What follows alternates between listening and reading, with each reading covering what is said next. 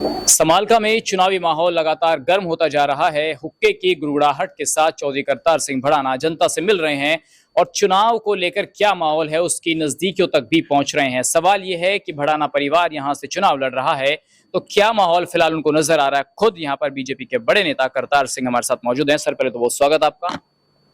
धन्यवाद। क्या चल रहा है भड़ाना जी क्षेत्र के अंदर माहौल? लोग कह रहे हैं कि 172 जगह है जहां पर भड़ाना जी चुनाव लड़ सकते हैं, तो यहाँ पर जैसे चुनाव लड़ने आए तो क्या कह रही है यहाँ की फिजाएं? मेरी जो है ये राजनीति की जन्मभूमि भी है और कर्म भूमि भी है। समालखा से मैं राजनीति नहीं करता था, राजनीति मैंने कभी की भी नहीं है, लेकिन मुझे यहाँ का कर्ज चुकाना था। मैं छाड़ में यहाँ पे आया था और वो ऊपर वाले का कर्म था या मेरे लोगों का मेरे पे जो कर्ज था ना वो मुझे लिया। तो भड़ाना जी, बहुत से लोग ये जानना चाह रहे हैं कि करतार सिंह भड़ाना का या उनके बेटे का यहाँ से क्या रिश्ता है। 96 का आपने जिक्र किया, जरा दरअसल लोगों को ये भी बता दीजिए कि आपका रिश्ता यहाँ से क्या है और यहाँ से चुनाव लड़ने का मन क्यों बनाया गया? देखिए, रिश्ते ऊपर वाला बनाता है, रिश्ता वो बनाता है। हमें तो ये भी नहीं पता कि इस भाई से क्या रिश्ता है, लेकिन वो जानता है और वो रिश्ते बनाता है, तभी आज मेरा आपका कोई रिश्ता है। ये कारण कोई भी हो, लेकिन एक कोई ना कोई रिश्ता इस टाइम हमें आमने सामने होना है, ये लिखा है। नहीं तो हो सकता है तुम ना आते, हो सकता है मैं ना मिलता, लेकिन कहते हैं ना कि नसीब से ज्यादा और वक्त से पहले कुछ नहीं होता, और जो लिखा है होना वो होके रहता है। चलिए, ये भी बात मैं आपकी मान लेता हूँ, लेकिन मैंने अभी धर्म सिंह छोक्कर साहब का इंटरव्यू किया तो उन्होंने मुझे कहा कि जो हेलीकॉप्टर से आते हैं, पैराशूट से आते हैं, उनका क्या जिक्र करना, वो तो आएंगे और वायदे करेंगे, निकल जाएंगे। देखिए, मैं हेलीकॉप्टर से आता नहीं, लेकिन अगर मैं अपने मंदिरों का अगर कोई सम्मान करता हूँ, हेलीकॉप्टर जब आता है ना, मैं उसमें नहीं आता हूँ, मैं तो अपने रोड से ही आ जाता हूँ। क्योंकि मैं तो दिल्ली क्रॉस भी जो है ना 2 बजे करके ना सुबह रात को आके अपने हल्के में ही सोता हूँ। अगर मेरठ भी है ना तो रात को ही क्रॉस करके वहां जाके सोता हूँ।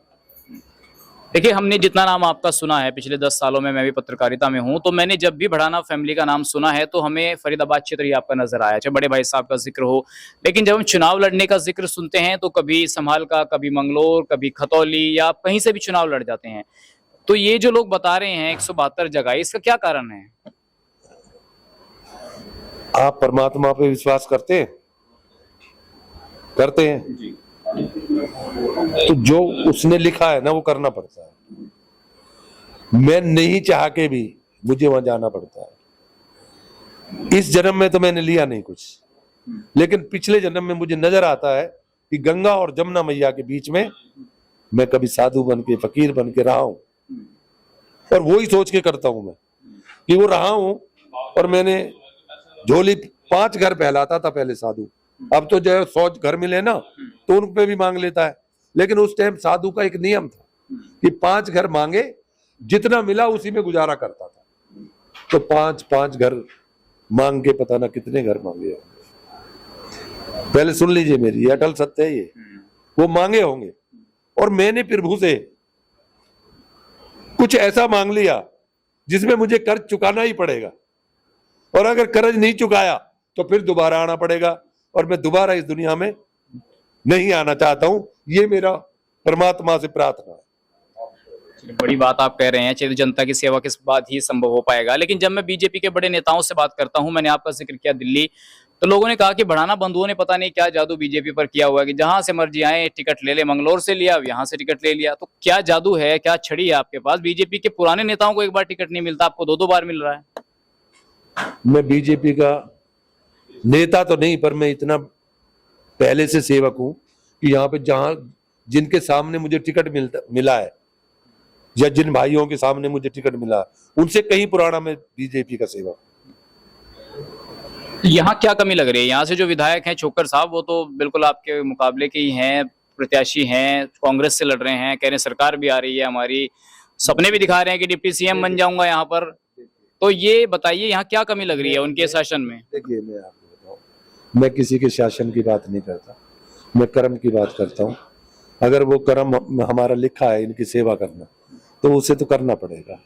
हम चाहे भी ना करें, तो भी हमें करना पड़ेगा, क्योंकि मैंने जो सोचा है ना वो सिर्फ ये सोचा है कि इसी जन्म में कर्ज उतरे, दोबारा जन्म ना लेना पड़े।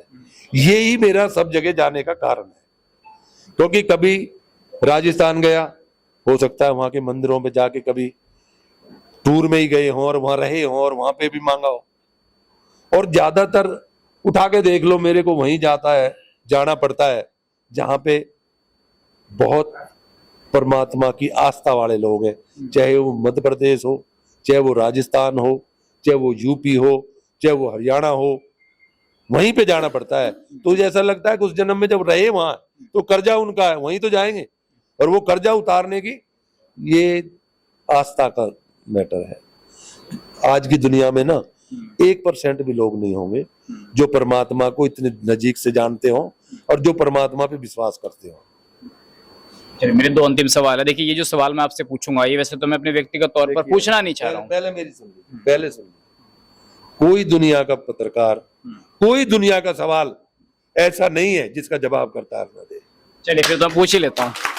बड़ी बात कही है, बड़ी बात कही है आपने, सवाल भी बड़ा ही है। देखिए, बीजेपी हमेशा वंशवाद की बात करती है कि वंशवाद के खिलाफ है हम, लेकिन अब देखिए आपके बेटे को भी टिकट दे दिया। मुझे लगता है आप भी पुराने सेवक हैं जैसा आप कह रहे हैं। ऐसे एक लिस्ट है बीजेपी के पास जहां बेटों को चुनाव लड़वाया जा रहा है, तो फिर वंशवाद की बात क्यों करती है बीजेपी, और ये कांग्रेस सवाल उठा रही है अब? ये वंशवाद वहां पे हो सकता है जो प्रदेश के मुखिया रहे हों, जो पार्टी के मुखिया रहे हों, उस पार्टी को चलाया हो, वो उनका अगर वंशवाद है तो वो वंशवाद में आता है कि मैं ही मालिक हूं और मैं ही अपनों को दूं। मैं किसी चीज का मालिक नहीं हूं। मुझे पार्टी वहां का सेवक और वहां की जनता के मन को भाप के मुझे टिकट देता है, लोगों के प्रेम की वजह से मुझे टिकट देता है। यहां से मैंने किसी से नहीं कहा, मैंने किसी को अप्रोच नहीं किया, ऊपर वाले को अप्रोच किया था। फरीदाबाद की 2 सीटें, बड़कल, NIT, पलवल, वहीं पे फरीदाबाद जिले में ही 5-6 सीटें हैं जहां से हम लड़ सकते हैं। और मेरा बेटा लड़ना भी वहीं से चाहता था, नहीं चाहता था। मैंने बतेरी बार कहा, मन की भैया पर्ची डलेगी, जो प्रभु कहेंगे वहां जाना पड़ेगा। तो वो मेरे से छुप के जाके पर्ची डाली, उनने मेरे सामने नहीं डाली, छुप के जाके डाली, लेकिन पर्ची संभाल कर आई। फिर मेरे पास आए कि जी पर्ची संभाल खा के आई है। फिर खट्टर साहब जी कहने लगे भाई आप फरीदाबाद लड़ो। वो यहाँ पे जब प्रचार कर रहा था ना तो खट्टर साहब कहने लगे कि आप जो है बढ़ाना फरीदाबाद लड़ो। वो फिर मेरे पास आ गया जी वो तो कह रहे हैं फरीदाबाद। मैं कि अगर पर्ची निकली है ना तो पार्टी वहीं से लड़ाएगी और कोई दुनिया की ताकत नहीं है जो काट पाएगी। तो वही हुआ, जनता की आवाज गई। बड़े नेताओं ने ना सर्वे कराए, अलग से भी सर्वे कराया है, जो आम आदमी को, नेता को पता भी नहीं है कि वो क्या पूछने आए हैं। उन लोगों ने लोगों से पूछी है। तो ये तो सत्य है कि यहाँ पे जब करतार बढ़ाना चाहता, 10 साल जो सेवा करके गया है, और सेवा बेटा नहीं कर सकता, माँ बाप की सेवा नहीं होती, पूरे हल्के की सेवा बेटा बन के अगर कोई कर जाए ना तो उसे कोई हरा नहीं सकता है। तो मेरा अंतिम सवाल आपसे ये है कि यहाँ पर ताकत भी चुनाव लड़ रही है, यहाँ पर पैसा भी चुनाव लड़ रहा है, बराबर आपके समकक्ष। तो यहाँ पर ताकत और पैसा चुनाव जीतेगा, या आपकी आस्था जिसमें आप मोक्ष पाना चाहते हैं, या आपकी श्रद्धा और सेवा? पैसे से अगर इलेक्शन जीते जाते तो हमारे किसान, जिम्मेदार, हरिजन, इन भाइयों को तो नंबर ही नहीं आता। टाटा बिरला हम सुना करते थे, टाटा बिरला बड़े सेठ है? आजकल अंबानी और रिलायंस है? तो वही बनते, फिर हमारे जैसों का तो नंबर ही नहीं आता। तो कभी भी सब कुछ बिकता है, वोट नहीं बिकती है। लिखना अपने हाथ।